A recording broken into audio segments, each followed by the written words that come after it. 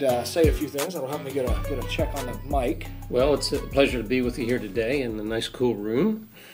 Beautiful facility. I saw the Coliseum on the way up. Oh, yes. That was a nice addition last year. I really enjoyed coming in one morning, and suddenly there's a Coliseum in our stairwell. More to come. Fantastic. Welcome, ladies and gentlemen, to What's the Res, an ongoing conversation about the current resolutions in the world of high school debate. My name is Josh Herring. I'm a debate coach and humanities instructor at Thales Academy in Rolesville, North Carolina. What's the Res is a podcast dedicated to equipping high school debaters with resolution analysis, technique, and interviews with the people who make debate possible. We do a lot of other things as well. We also record real debates by real people. If you want to check those out, you can do so by visiting our Podbean page at what'stheres.podbean.com/premium. We're up to 8 debates that we've published on there. Also, we do a weekly live debate over CastBox's Livecast program.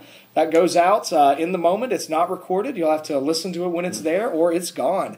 If you want to check out that, you can find access to that by liking us on any of our social media pages. We're on Twitter, Instagram, and Reddit at what'stheres_ and on Facebook at facebook.com/what'stheres.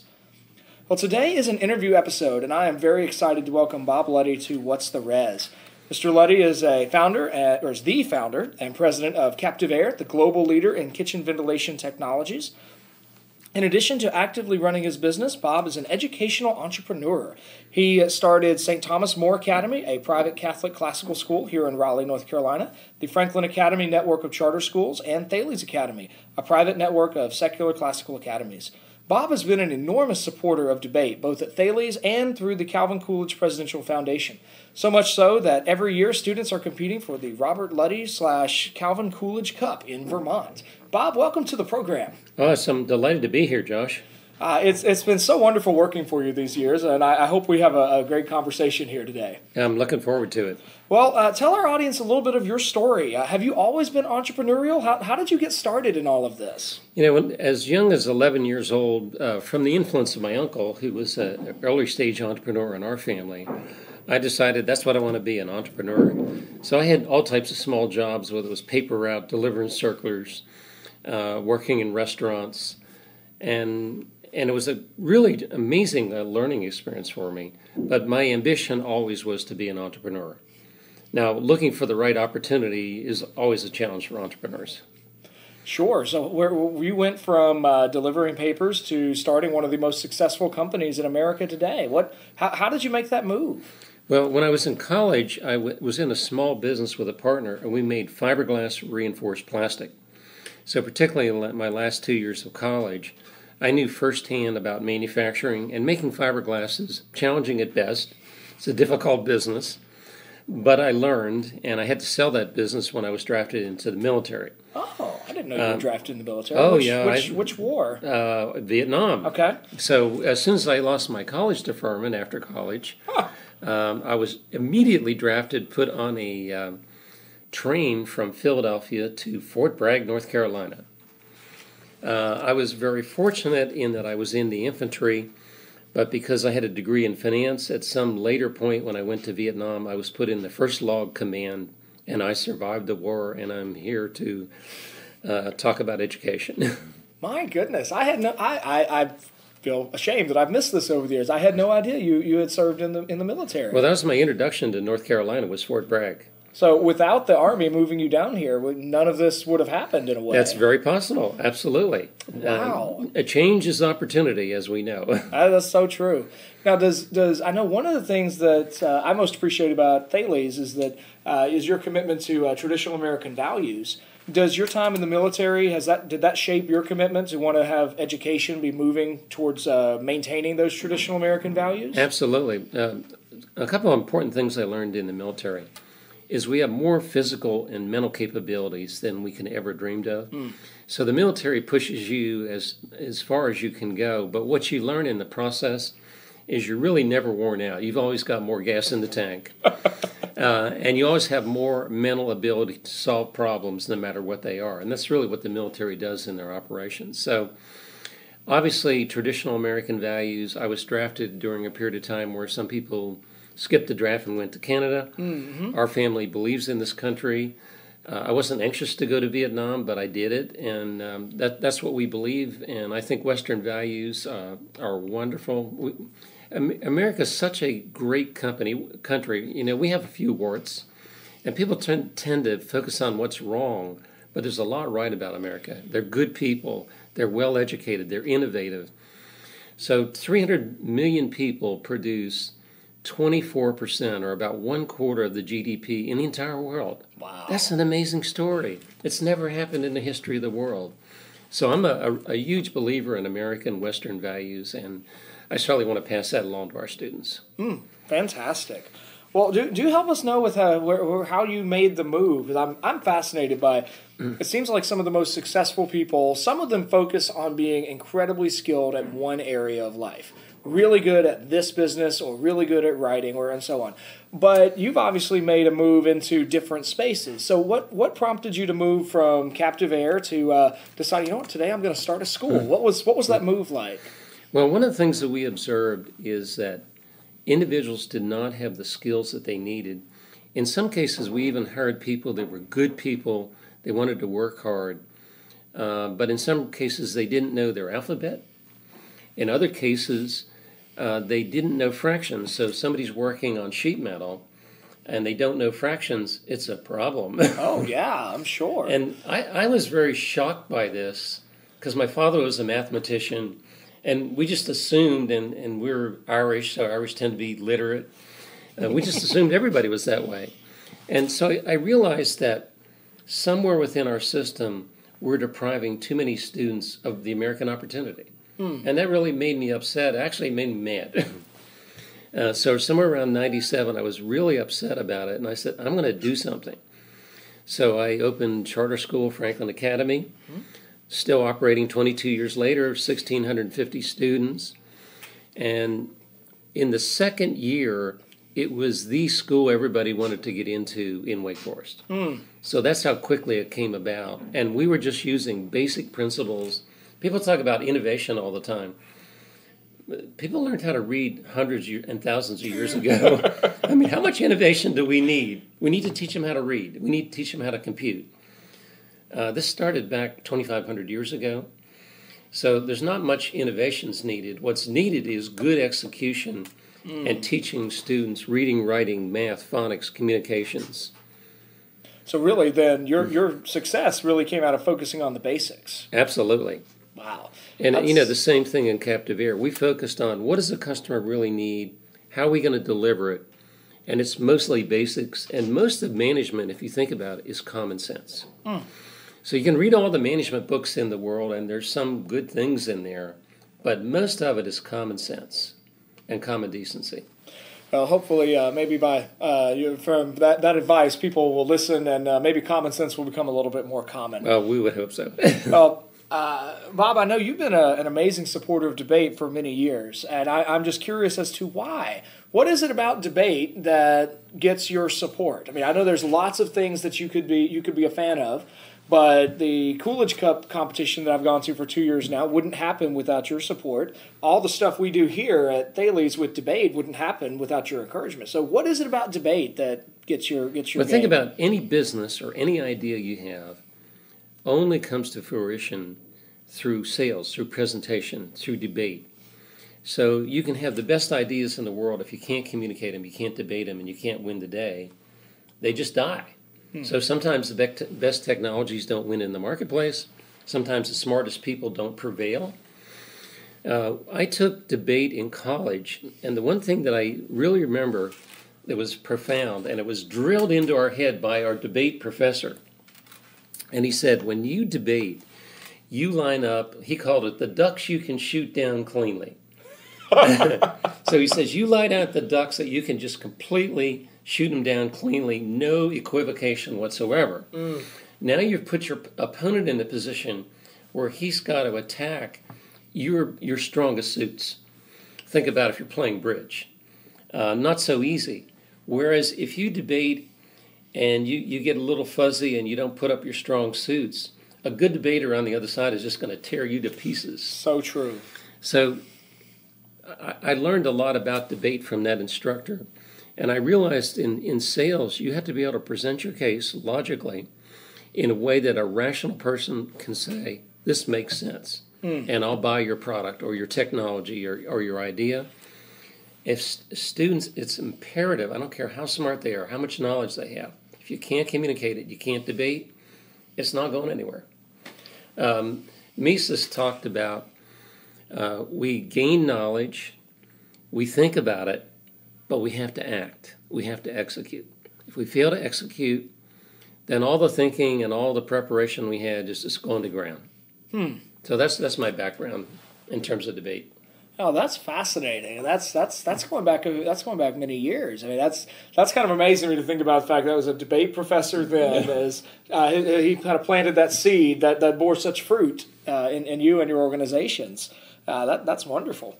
Now, tell us a bit more about Ludwig von Mises and the effect he's had on you. I know I've heard you reference the Austrians several times over the years. So what is it about the Austrian School of Economics that you find appealing? Well, I gave a talk down at Campbell University in 1989. And the professor at Campbell was Bill Peterson, who was a student and colleague of Mises. I didn't at that time know anything about Mises. And so Dr. Peterson began to teach me about Austrian economics, his relationship with Mises. And one of the things I like about Austrian economics, and by the way, there's no Austrian economists in Austria, because they all left in 1938 because Mises was Jewish. He had to get out of town when Hitler came in.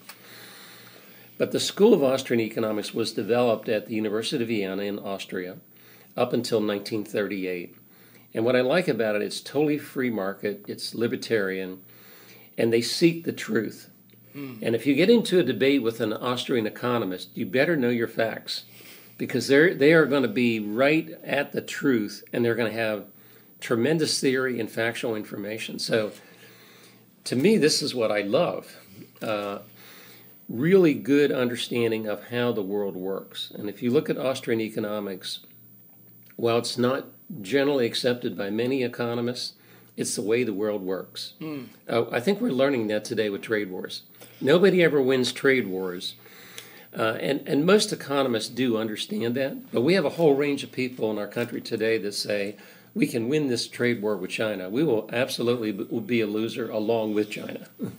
We did. I know that was a big topic this past summer with the Coolidge Resolution, and unilateral free trade.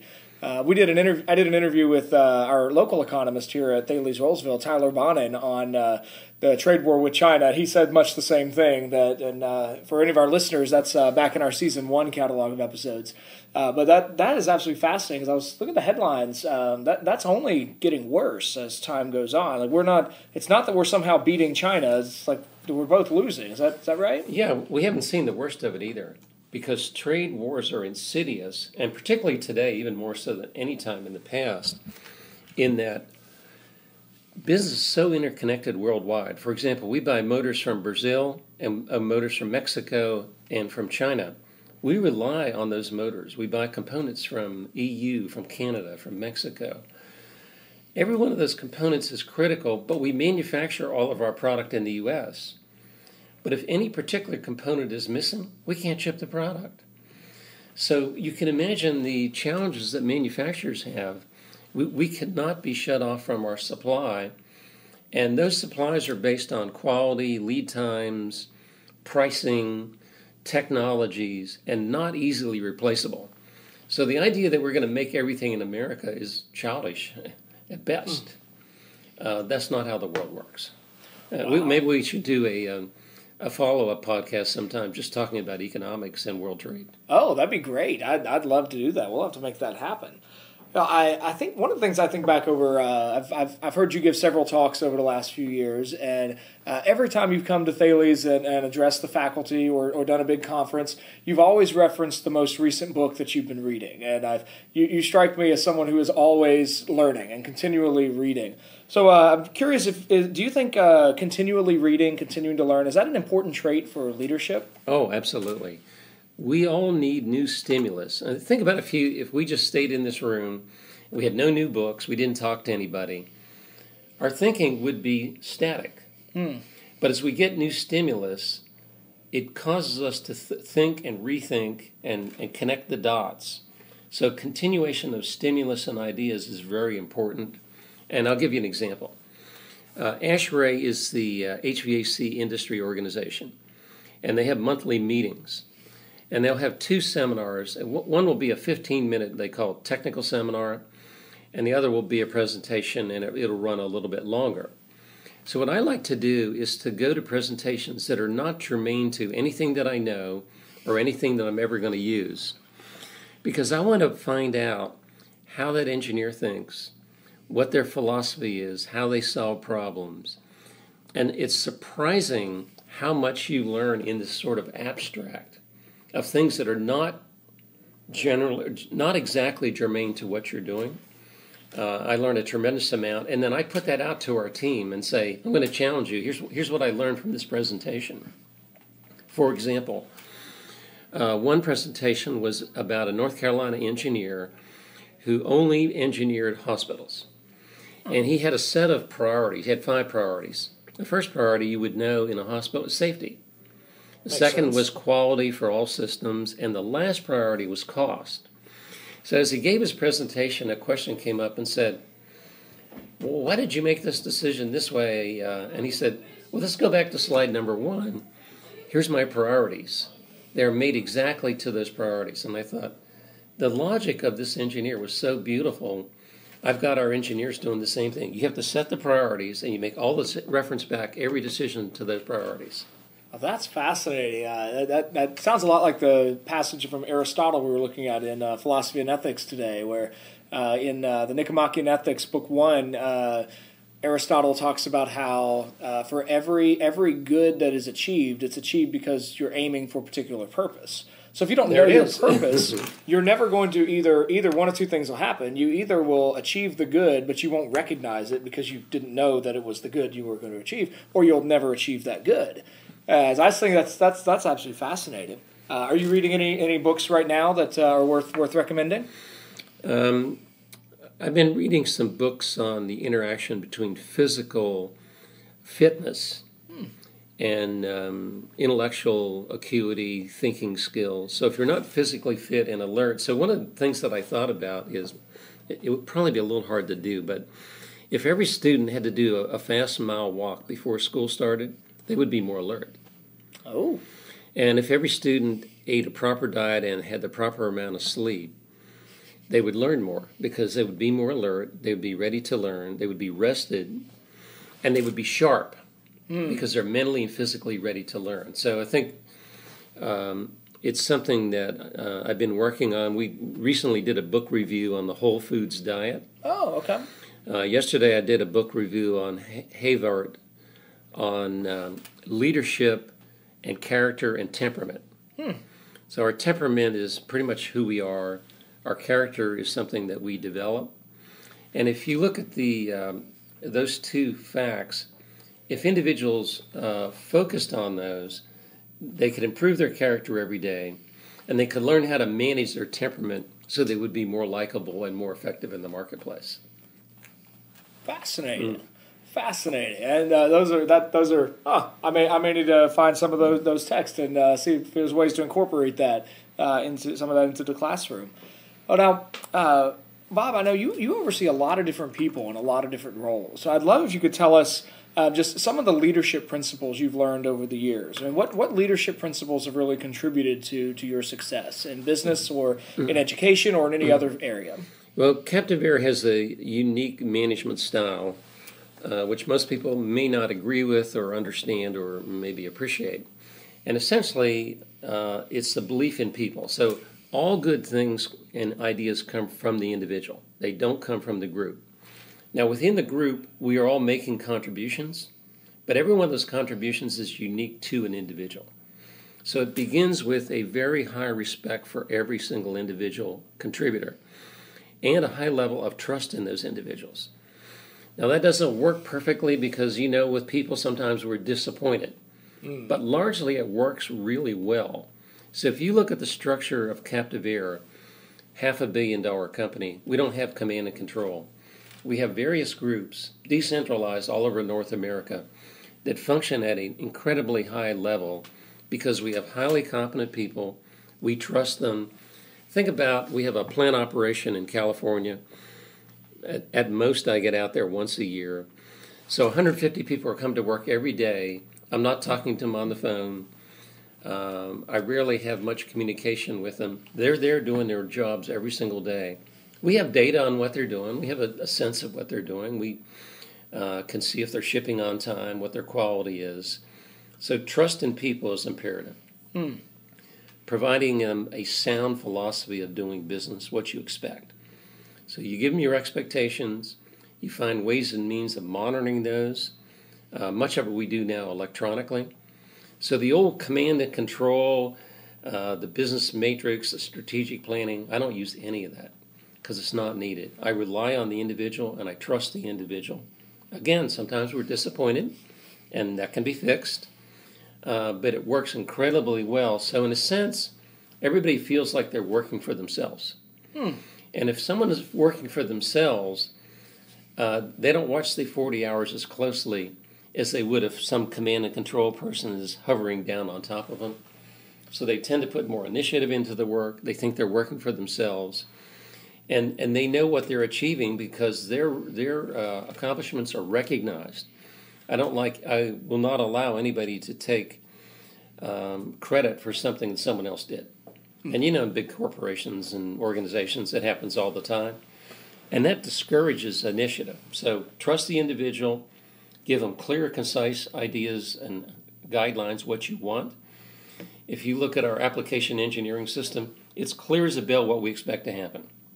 The only question now is, did you do what you were expected to do? And if you do, you will get a great outcome. It's not very complicated. That's fantastic. That reminds me a lot of the seminar we were at with John Crosby a few months ago. It almost personalism. That's personalism. That's what it is. It sounds like a personalist approach to management in a lot of ways. That's exactly what it is. That's understanding the person, what their capabilities are, nurturing those capabilities, etc. So leadership then is not so much about finding the right person to be at the top as it is equipping and empowering the right people in their various spaces to do the best that they possibly can do. Exactly. The right person at the top has to have the correct skills. Essentially, I don't have to be the best at anything, but I have to be competitive at a wide range of subjects and topics and technologies. And I have to know who to trust and who not to trust. Sometimes we get it wrong. Peterson, my mentor, said, "Bob, remember, none of us get it all right." So every day I'm thinking of that. I'm not getting it all right. What am I doing wrong here today? And I think it's a good thing that we all ponder, because none of us do get it all right. We're humans. We make mistakes. That's true. And I think that's a good word. I have several students who would they would kill themselves for perfection. And one of the lines I try to remind them of regularly is that often perfection becomes the enemy of the good. And no doubt. In a lot of places, doing it well is enough. It doesn't have to be so perfect that you ignore 15 other important things. Exactly. Well, I want to bring this back around to debate, if we could. That was a great discussion. Do you think debate is important for our current cultural moment for any particular reasons? I certainly do, because if you look at the public sector debate, it's not really debate. It's just people screaming at each other. If they were debating rationally, the voters would understand better. They would appreciate what they're debating about, and they could make a rational decision. The public discourse is mostly irrational. It's ad hominem. It's nasty, and much of it's irrelevant to really important topics. So were they to be good debaters on topic, we'd have a much better country, and we'd have a lot less strife and grief. And people wouldn't be paying so much attention to politics, because politics is important. We have to have a government. But what's more important is great people doing their job every day, whether they're teaching or they're making products or they're doctors, whatever they're doing. This is what makes the world go around, not politics. Oh, that's fantastic. We did an episode a while ago focusing on the Democratic primary presidential debates, the first round of those. I was surprised. The first night was surprisingly lucid. They were actually discussing back and forth, and they were addressing each other's points. And in some debater terminology would say they had good clash. They actually interacted with each other. The second night was just moments for talking points, and they wanted to hit their sound bites, and it was so much less engaging. I found the first night much more educational and much more enjoyable because they actually went back and forth and addressed each other's points, and I learned a bit about where each of them stood. But the second night was much more the typical presidential nominee debates, unfortunately. Maybe you should send them a memo on that. Maybe. I think it would be very helpful. Maybe Beto O'Rourke will listen to this podcast and learn some things about actual ideas instead of just looking pretty. Are there any topics that you would like to see students debate that you haven't seen them touch on yet? One of the things we talked about this week was maybe letting students talk about whatever's timely in the news. For example, now we have potential currency war. Currency wasn't so much in there, and all of a sudden the Chinese are currency manipulators. Well, are they or aren't they? I think that would be a really good debate topic. Oh. But anything that's topical in the news, because that news is hitting the students. Mm-hmm. And it would be nice for them to discuss it rationally so they really understood what the correct answers are. Oh, interesting. And they can get there through rational debate. Mm-hmm. They certainly can. Let me at least briefly pick your brain on the just released Coolidge resolution. So for our tournament here on September 7th, we'll be debating, quote, the state of North Carolina should offer targeted tax incentives to businesses that relocate major parts of their operations to North Carolina. Any thoughts on that as a resolution? I do have thoughts on that. I'm absolutely opposed to these, what essentially is crony capitalism.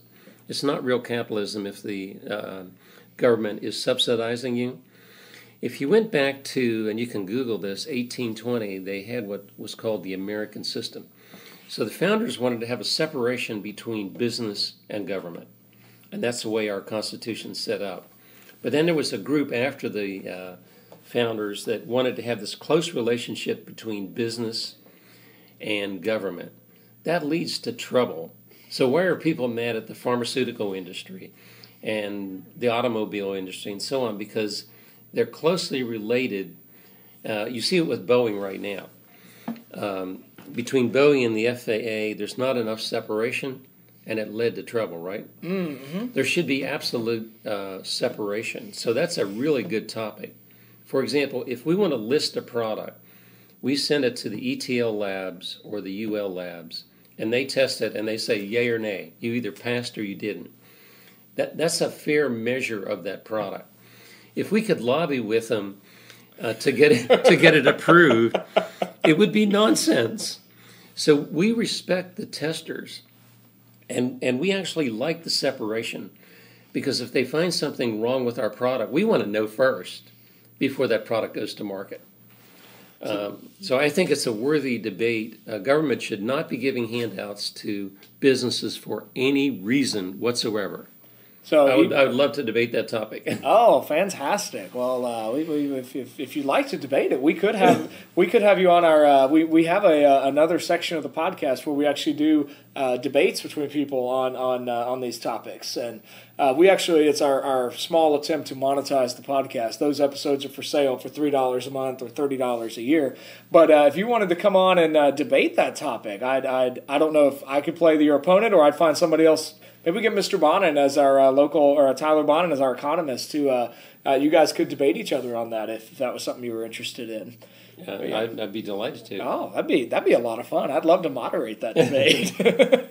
Well, and maybe we should probably wrap this up. We're coming towards the end of our time today, but Bob, what advice would you offer to new debaters? We've got a bunch of middle schoolers this year who are trying out debate, high schoolers debating for the first time. What advice would you give to them? Well, one is I would learn as much as you can about the subject. And then second, I would use your logic skills to determine what are your best arguments. And I would focus all my energy on those best arguments. And then I would try to understand on the rebuttal what's going to come up and how you're going to defend against that. If you can do those things, you can win most debates. Oh, that is great advice. Well, Bob, thank you so much for coming on the show today. This has been really fun. I enjoyed it. Thank you, Josh. Well, ladies and gentlemen, you've been listening to another episode of What's the Res, an ongoing conversation about the current resolutions in the world of high school debate. My guest this episode has been Mr. Bob Luddy, founder of Captive Air, St. Thomas More Academy, Franklin Academy, and Thales Academy. Bob is also the author of Entrepreneurial Life, The Path from Startup to Market Success. You can find his book on Amazon. We'll have the link in the show notes on our website. If you want to learn more about Captive Air, you can do that by going to captiveair.com. That's spelled CAPTIVEAIRE.com. If you want to know about the unique brand of classical education happening at Thales Academy, you can check that out at thalesacademy.org. That's THALESACADEMY.org. Thank you so much for joining us for today's episode. We'd love to hear from you. You can get in touch with us by email at whatstherez@gmail.com. You can find us on Instagram, Twitter, and Reddit at the hashtag @whatstherez_. You can also get in touch with us on Facebook at facebook.com/whatstherez. Next week, we'll be back with 3 resolution analysis episodes. We'll be focusing on the Coolidge resolution I read earlier. We'll also be looking at the public forum resolution that dropped today about whether or not the European Union should join the Belt and Road Initiative. And we'll be looking at the Lincoln-Douglas resolution on whether or not colleges should use standardized testing to evaluate admissions for undergraduate studies. So we'll have those ready, and the 2019-2020 competitive season will be off to a great start. Be sure to join us for those episodes. Until next time, work hard, speak well, and seek the truth.